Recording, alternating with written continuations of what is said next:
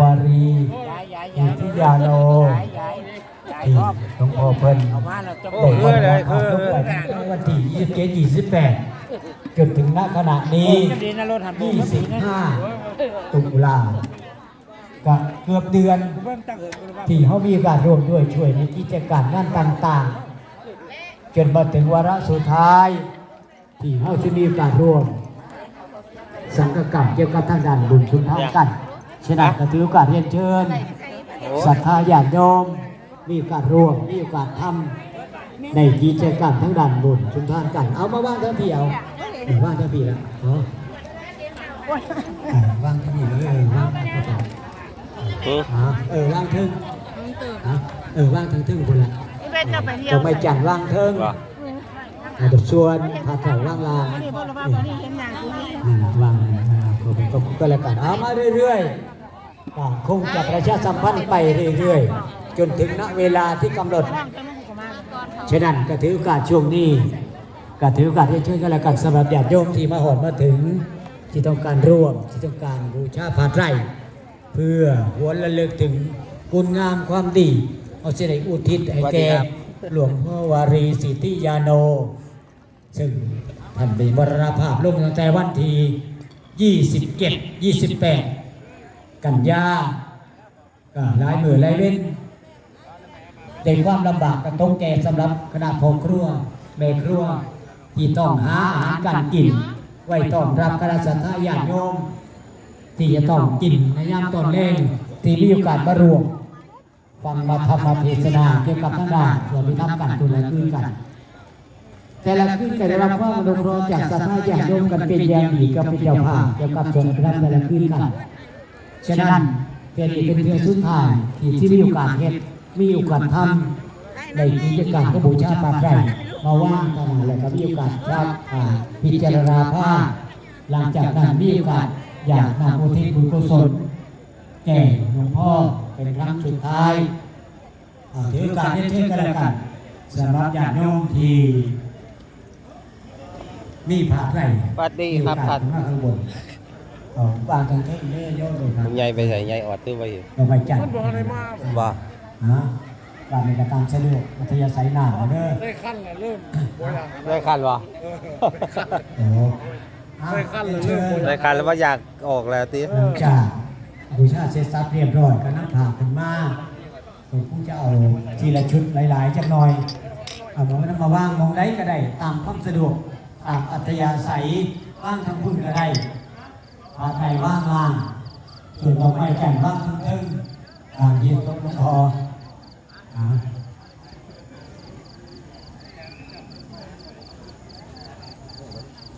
อย่าเที่ยวที่ใดที่มาหอดถึงกันเลยที่กันบูชาพระไตรกันหรือการตรงนี้เด้อเรียนเชิญกันแล้วกันกาซิโร่ไปเรื่อยๆมาเรื่อยๆกระทาเรื่อยๆเรียนเชิญกันแล้วกันงานโยกทีที่พระไตรแล้วถึงมาข้างบนว่างก็ไปทั้งไรก็ได้เอาทั้งนาก็ได้หรือทั้งปีก็ได้เพื่อนกันก็ได้ตามความสะดวกสลิงพอดีแต่ว่างทั้งบุญก็ได้จวดบ่นั่นละว่างถนัดก็ได้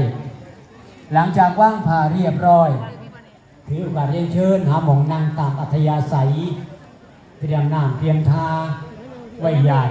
ที่มีคณะกรรมการเพิ่นจัดน้ำไปให้เช่นนั้นก็จับเอาน้ำและอาตมาภาพที่บอกนักเวลาที่จะอยาก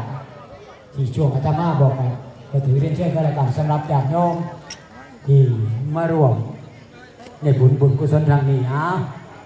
ใกล้สำหรับเวลาวิธีการที่เจ้าที่มีโอกาสเป็นกิจการการบุญเป็นครั้งสุดท้ายสำหรับหลวงพ่อวารีอย่างเรื่องอะไรแรกก็บอกนั่นเลยเด้อยกมือตัดสัญญาขึ้นบอก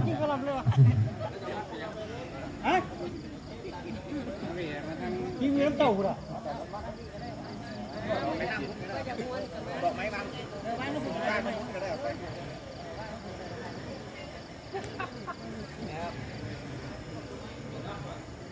การเสร็จสับเรียบร้อยก็ใส่ลงอากาศย่อมทันใดที่มีผ่านไกลแล้วน้ำถึงมาเด้อข้างขากันจังหน่อยเพื่อความสะดวกอาจจะชุดไงใหญ่ ได้ยังไง เป็นแล้วก่อน ไปจะไร เป็นแล้วก่อนเป็นก่อนจัง เอาเป็นหน้าที่สำหรับญาติโยมที่นี่พาแดดถึงฝ่ายที่เชิญเป็นมาบ้างบนพา ลงใส่บัน ใช้โยงหลังจากนั้นหาหมองนั่งปรับอัธยาศัยอัธยาศัยตามที่สะดวกญาติโยมที่นั่งที่กว้างใช้ทีรับสถานญาติโยมหลายเติบอันที่อ่านกับผู้เป็นร้อยที่นั่นความสะดวกสบายและคงจะเกิดขึ้นสำหรับการนั่งรอบผ่านมาจะน้อยจะน้อยเยอะที่นั่งหลังเอามาทั้งที่มาทั้งที่เราว่างได้อันมันแดงทั้งหันกับว่างทั้งเดียวมันแดงทั้งเดียวมาทั้งหน้ากับว่าง คือไม่ได้เต่งเลยล่ะ มานั่งทั้งที่ก็ได้ครับก็มาทั้งคุณมันแดงมาทั้งทั้ง ลงก่อนบ่อย โยมมันแดงก็มา เป็นแล้วก็ไปยัง มานั่งที่นับเข้ามาดอกไม้จันทร์วางบนนะครับดอกไม้จันทร์ดอกไม้จันทร์วางข้างบน